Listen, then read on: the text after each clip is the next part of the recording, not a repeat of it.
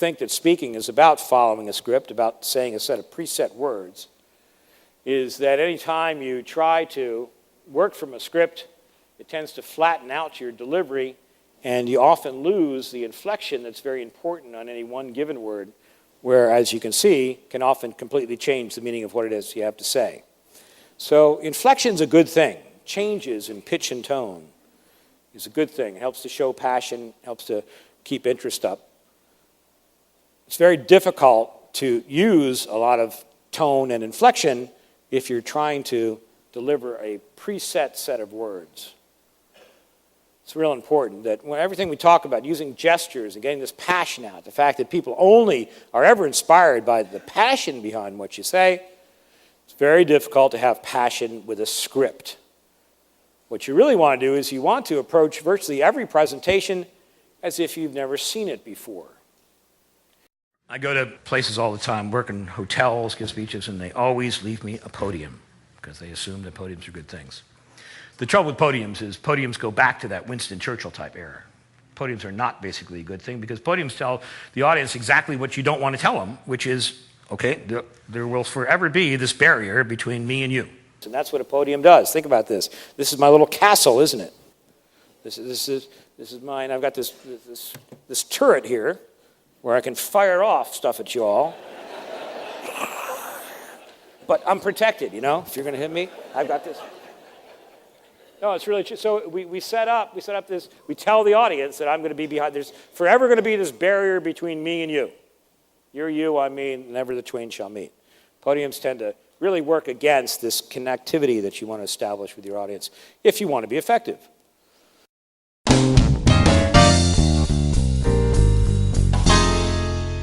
Just a little bit on organization, on putting a presentation together in a way that can help people follow it and also, again, make sure they're engaged. Anybody here listen to WIIFM? Right, most listened to radio station in the world. In fact, it's the only thing your listeners are ever listening to. What's in it for me? That's what people want. So, rule number one when you're putting together your presentation is, again, you've got to step out from behind your computer, go back and look at the screen, and ask yourself, as a member of the audience, would you find something of real benefit there? And if not, then it probably doesn't belong in your presentation. You know, it's very fashionable these days to use words like death by PowerPoint, to PowerPoint poisoning. It's fashionable to trash PowerPoint, say that it is the bane of civilization. The reality is that PowerPoint is actually a very useful tool for creating true knowledge transfer. The problem with PowerPoint is that nobody ever gets taught how to use it correctly. PowerPoint's one of those programs that you actually can hand to somebody and they know how to use the software in a very short period of time. And because of that, corporations have thought, okay, we're not going to pay people to learn how to do something that you can do in an afternoon.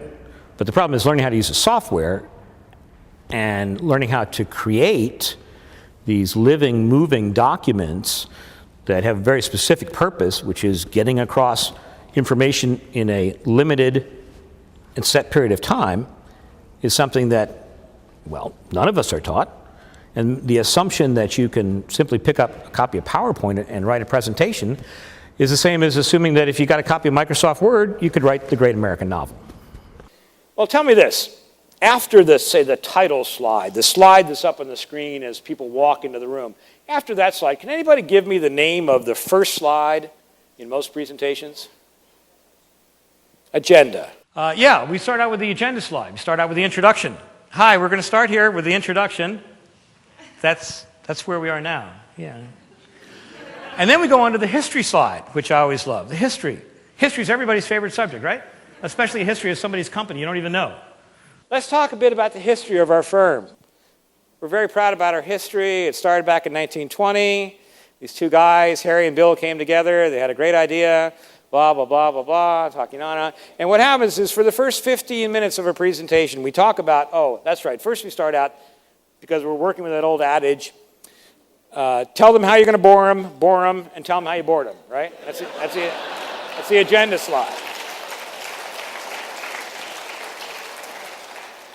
Then we get into the history of our company, because I have to tell you all about our company. And you understand that well, you're very proud about your company. You might even be proud about the fact that you're number one in your area. We're the number one company out there. In fact, we have so many, we are number one, meaning that if you go with us as a customer, you're going to mean much less to us than you would to any one of our competitors, okay? Because we're the biggest one out there. And then what do you do? Then you get to hear, well, after you see their organizational chart, names that you've never heard of before, right? And they're all over the place. You can't possibly keep track of them. Then they go on to tell you just what a great job they've been doing with the revenues. You know, last year we were number one in our market. We took everybody else's money. This year we're after yours.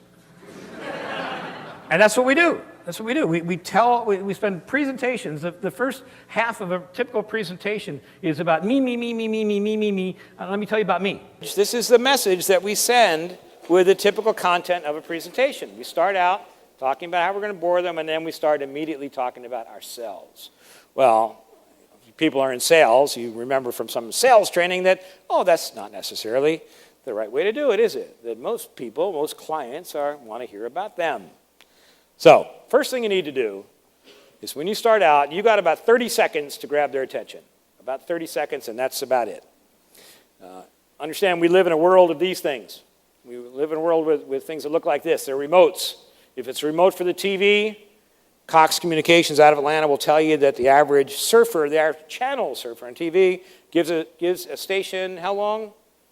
10 seconds. They give it 10 seconds watching it before they determine whether the content is worth sticking with or whether they're going to click the channel onto something else. Cox will also tell you that in a search engine, you type in a word in a search engine, site comes up. How long do you give them before you decide whether that's the site that you want to stay with or you want to move on to the next one in the list? It's 2 seconds. We give websites 2 seconds to determine whether their content is relevant, has any value to us. Well, audiences tend to give presenters a relative break. They give them about 30 seconds. You've got about 30 seconds to send to the audience the message that this is worth listening to. TV news departments have been using grabbers for decades. 10:30 at night comes on, the announcement comes on. Doctors determined that exercise is bad for you. Story at 11. But when's the story? It's typically not at 11, right? It's usually they wait. Oh, that's right. At the very last end of the news. And what do you learn?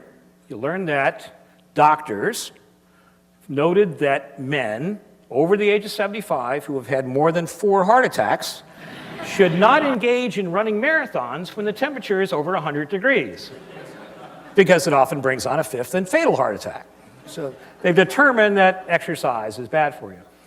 But the point is that grabber, that's what news people do, they take a fact, a true fact from the presentation, turn it around in such a way that when you hear it, you realize, well, okay, you got it, but it got you thinking. See, the agenda slide, followed by the history slide, followed by the revenue slide, is the way audiences check out within the first 2 minutes. They sit there, they hear this, and they go, my God, not this again. I've seen it, I've heard it all. They'll give you their attention for maybe the first 30 seconds before they determine whether the blackberries are coming out or you got something to listen to. And so you only have about 30 seconds to make sure that you've grabbed their attention. And that's what a grabber is all about. The purpose of a grabber is to take something out of your presentation that is indeed true and put it in a way that gets people to ask the question, what is this all about? What's going on? You can predict a specific gain. You could say something like, ladies and gentlemen, the next 45 minutes, we're going to show you how we doubled our closing ratio with just one fundamental change to the way we approached our prospects.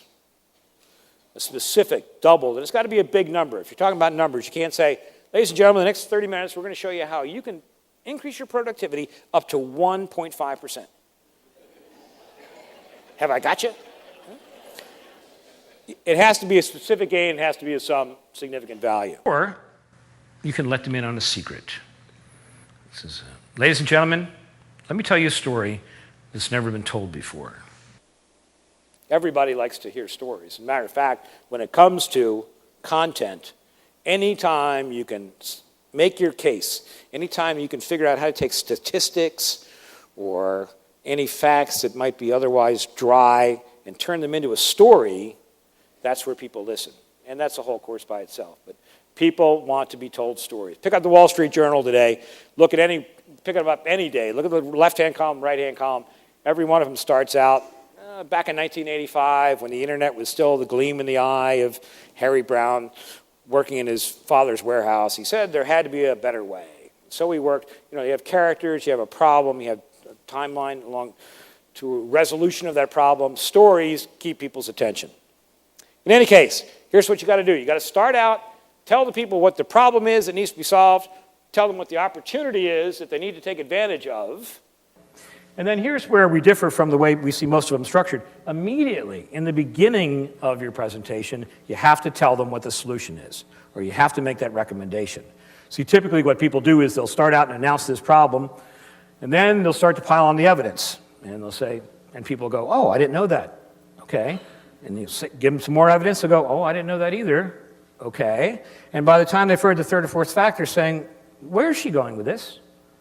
You see, what you have to do is you have to create the context. So you have to tell people exactly where you're going, what your solution is right from the start, so that as you provide this evidence, people can hear it and say, oh, I didn't know that, but, well, yeah, I guess that's right. If that's true, then that is the only solution. And then you bring in the evidence, and again, hopefully the evidence will include benefits to the audience because it's the only thing they're ever listening to.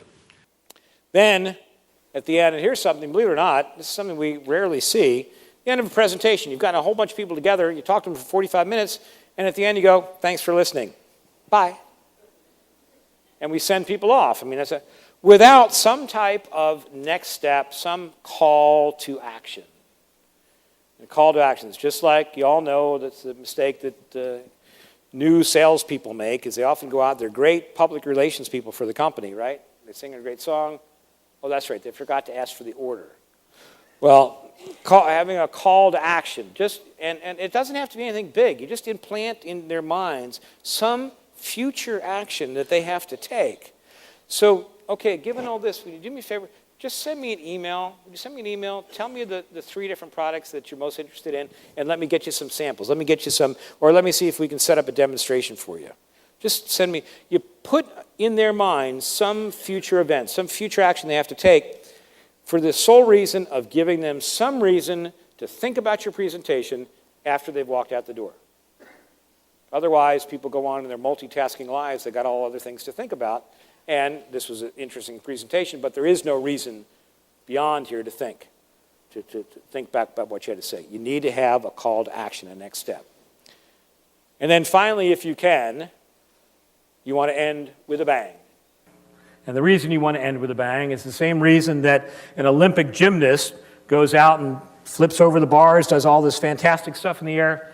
What does she have to do to earn the points? Stick the landing, exactly. End with a bang. So, as you go forth from here tonight, you will be thinking about eye contact. You'll want to be holding eye contact with people through the end of a thought. And when you do, what you'll find is although in the beginning people might, because they've been trained that way, might not look back at you, but just a few minutes into your presentation, you're going to see that people react quite differently than how they've ever reacted before. And the next time you get up to speak and you put this all together, you nail it.